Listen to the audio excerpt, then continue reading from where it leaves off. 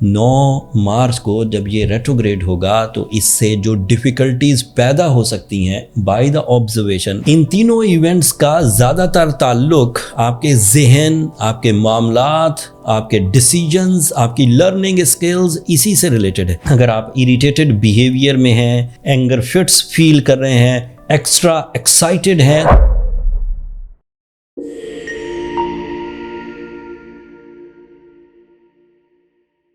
السلام علیکم دوستو، میں حارث اعظمی پروفیشنل اسٹرالوجر آپ کی خدمت میں حاضر ہوں اس ہفتے کی ایسٹرولوجیکل ریسرچز لے کر۔ مارچ کا دوسرا ہفتہ 3 میجر ایسٹرولوجیکل ایونٹس کے ساتھ آپ کے سامنے آئے گا۔ رمضان کی وجہ سے بہت ساری چیزیں کنٹرول میں رہیں گی، لیکن بینگ ایسٹرولوجر آپ کو آگاہ کرنا ضروری تھا کہ تینوں ایونٹ ایسے ہیں جن کی طرف آپ کو توجہ دینے کی ضرورت ہے۔ آپ اس ہفتے کے ہونے والے واقعات کو، ایسٹرولوجیکل واقعات کو اگنور نہیں کر پائیں گے۔ معاملہ یہ ہے کہ پہلا ایونٹ 9 مارچ کو مرکری کی ریٹروگریشن کی شکل میں آپ کے سامنے آئے گا۔ وہ آپ کی زندگی کے کن شعبوں کو تکلیف میں یا ڈل کر سکتا ہے وہ تفصیل بیان کروں گا ابھی ویڈیو کے دوران۔ دوسرا ایونٹ فل مون کا ہے and this is Ramzan season. رمضان کا پورا چاند غیر معمولی جذباتی کیفیت پیدا کرے گا، لیکن سیم ڈے 14 مارچ کو چاند گرہن بھی ہو جائے گا۔ ان تینوں ایونٹس کا زیادہ تر تعلق آپ کے ذہن، آپ کے معاملات،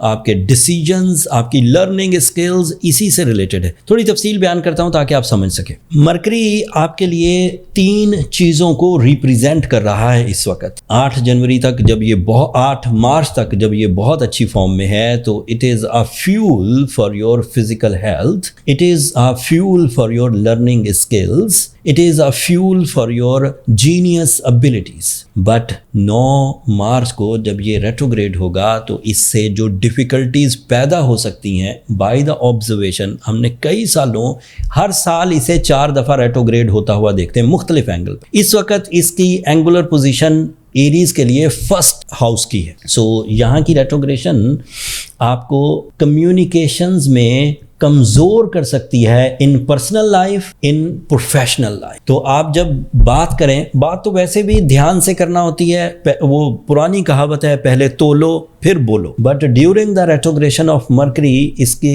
امپیکٹس بڑھ جاتے ہیں۔ سو اس وقت آپ کو اپنی کمیونیکیشن سیکٹر میں ذرا زیادہ محتاط ہو کر کمیونیکیٹ کرنا چاہیے۔ دوسرا، جو بینکنگ سیکٹر کے ایریز پیپل ہیں، چاہے وہ بینک میں امپلائیز ہوں یا آپ کا ایریز، آپ کا کام بینک سے پڑھنے والا ہو، آپ کو کیلکولیشنز کرنی ہو، آپ کو تعلیمی سرگرمیاں کرنی ہو، آپ کو کوئی ایگریمنٹ سائن کرنا ہو، آپ کو کسی سے کمٹمنٹ کرنی ہو تو ذرا دھیان سے کریں۔ اس وقت 2 ایسے ایونٹس ہیں، چاند گرہن بھی آپ کی کمٹمنٹس کو ایشو دے گا، مرکری کی ریٹروگریشن بھی آپ کو ایشو دے گی، تو آپ کو ذرا دھیان ہی کرنا چاہیے۔ جب آپ پورے مینٹل پریزنس میں ہوں تب ڈیسیجنز لیں۔ اگر آپ اریٹیٹڈ بیہیویئر میں ہیں، اینگر فٹس فیل کر رہے ہیں، ایکسٹرا ایکسائٹڈ ہیں تو ذرا گریز کریں ڈیسیجن لینے سے۔ دوسری ٹربل یہ آ سکتی ہے کہ it is creating some frustration, جس کی وجہ سے آپ اپنے ڈیسیجنز ڈیلے کریں گے، اینڈ اوبیسلی جب ڈیسیجنز ڈیلے ہوں گے تو ریوارڈز کا ڈیلے ہونا بھی ایکسپیکٹڈ ہے، اینڈ اس کا آخری امپیکٹ آپ کے فیملی یونٹی پر آئے گا۔ So you have to careful جب آپ اپنی فیملی سے ریلیٹڈ کسی بھی طرح کا کوئی ڈیسیجن لے رہے ہوں، کوئی ذمہ داری نبھا رہے ہوں تو اس وقت ذرا زیادہ احتیاط برتیے۔ پھر دوسرا ایونٹ فل مون کی شکل میں ہے، that is a spiritual booster toward your emotions, toward your feelings, toward your confidence. That is a positive side, full moon is a positive side from the Ramzan. But پھر 14 تاریخ کو جب چاند گرہن ہوگا، چاند گرہن پر زیادہ لمبی بات نہیں کروں گا، میں نے اس کے لیے ایک الگ ویڈیو بنا دی ہے تفصیل سے، اس کا لنک نیچے ڈسکرپشن میں دے دوں گا، آپ وہاں پر ایک نظر